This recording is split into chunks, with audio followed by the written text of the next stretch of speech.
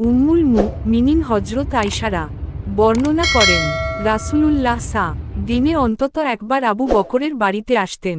যে দিন হিজরাতের অনুমতি পেলেন সেদিন দুপুরে আমাদের বাড়িতে আসলেন, এমন সময় কখনো তিনি আসতেন না। তাকে দেখা মাত্র আবু বকর বলে উঠলেন, নিশ্চয় কিছু একটা ঘটেছে। তা না হলে এমন সময় রাসূলুল্লাহ আসতেন না। তিনি বাড়িতে প্রবেশ করলে আবু বকর তার খাটের একধারে সরে বসলেন। আবু বকরের বাড়িতে তখন আমি আর আমার বোন আসমা ছাড়া আর কেউ ছিল না। রাসূলুল্লাহ বললেন, তোমার এখানে অন্য যারা আছে তাদেরকে আমার কাছ থেকে সরিয়ে দাও। আবু বকর বললেন, হে আল্লাহর রাসূল, আমার 2 মেয়ে ছাড়া আর কেউ নেই। আপনার কি হয়েছে? রাসূলুল্লাহ বললেন, আল্লাহ আমাকে হিজরাত করার অনুমতি দিয়েছেন।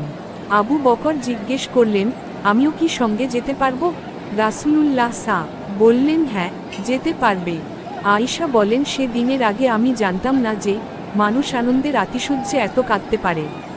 আমি আবু বকরকে সেদিন কাঁদতে দেখেছি। অতঃপর আবু বকররা বললেন, হে আল্লাহর রাসূল, এই দেখুন, আমি এই উট দুটো এই কাজের জন্যই প্রস্তুত করে রেখেছি। তারা আব্দুল্লাহ ইবন উরায়কাতকে পথ দেখিয়ে নেয়ার জন্য ভাড়া করে সাথে নিলেন।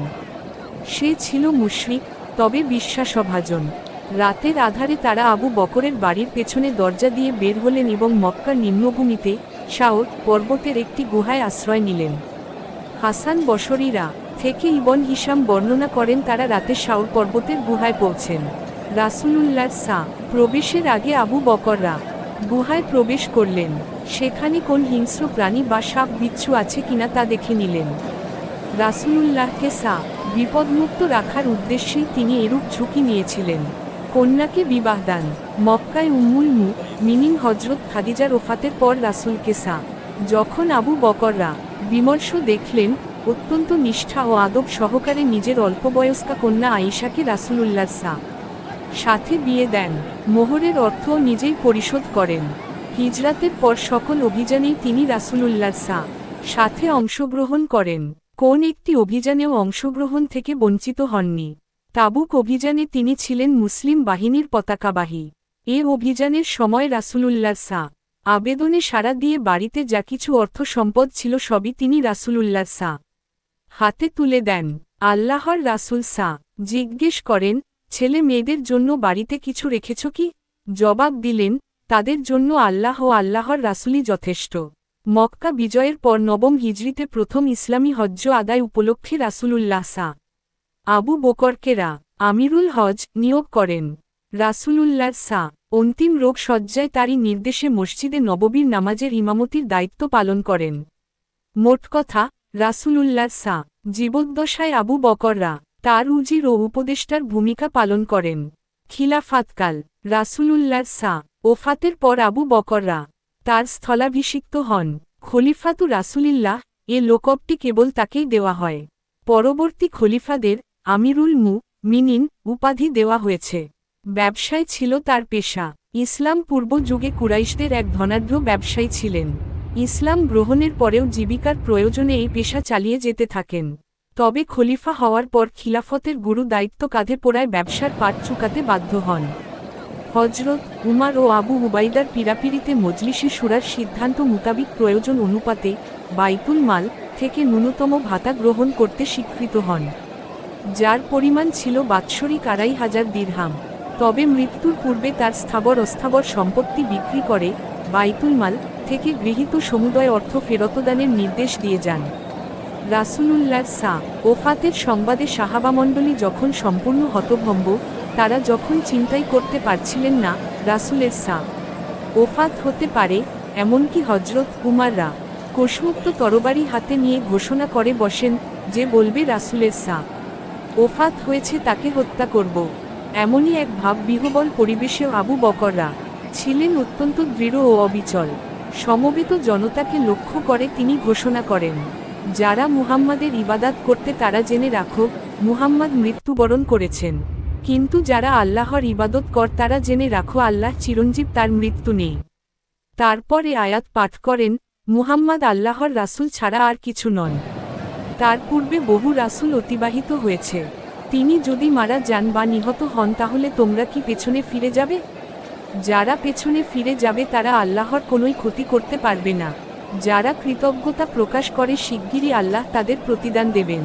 সূরা আলী ইমরান -144।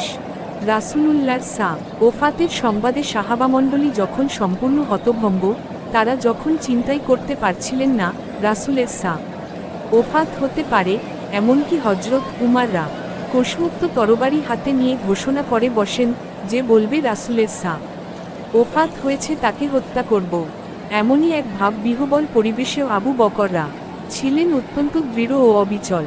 সমবেত জনতাকে লক্ষ্য করে তিনি ঘোষণা করেন, যারা মুহাম্মাদের ইবাদত করতে তারা জেনে রাখো, মুহাম্মদ মৃত্যুবরণ করেছেন। কিন্তু যারা আল্লাহর ইবাদত কর তারা জেনে রাখো, আল্লাহ চিরঞ্জীব, তার মৃত্যু নেই। তারপরে আয়াত পাঠ করেন, মুহাম্মদ আল্লাহর রাসূল ছাড়া আর কিছু নন। তার পূর্বে বহু রাসূল অতিবাহিত হয়েছে। তিনি যদি মারা যান বা নিহত হন তাহলে তোমরা কি পেছনে ফিরে যাবে? যারা পেছনে ফিরে যাবে তারা আল্লাহর কোনোই ক্ষতি করতে পারবে না। যারা কৃতজ্ঞতা প্রকাশ করে শিগগিরই আল্লাহ তাদের প্রতিদান দেবেন। সূরা আলী ইমরান -144। আবু বকরের মুখে এই আয়াত শোনার সাথে সাথে লোকেরা যেন সম্বিত ফিরে পেল। তাদের কাছে মনে হলো এই আয়াত যেন তারা এই প্রথম শুনছে।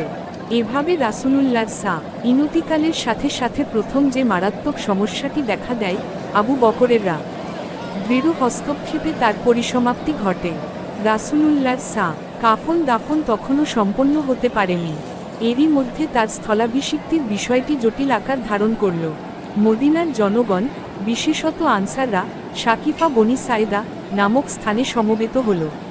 আনসাররা দাবি করল, যেহেতু আমরা রাসূলুল্লাহকে আশ্রয় দিয়েছি, নিজেদের জানমালের বিনিময়ে দুর্বল ইসলামকে সবল ও শক্তিশালী করেছি, আমাদের মধ্য থেকে কাউকে রাসূলুল্লাহর স্থলাভিষিক্ত করতে হবে।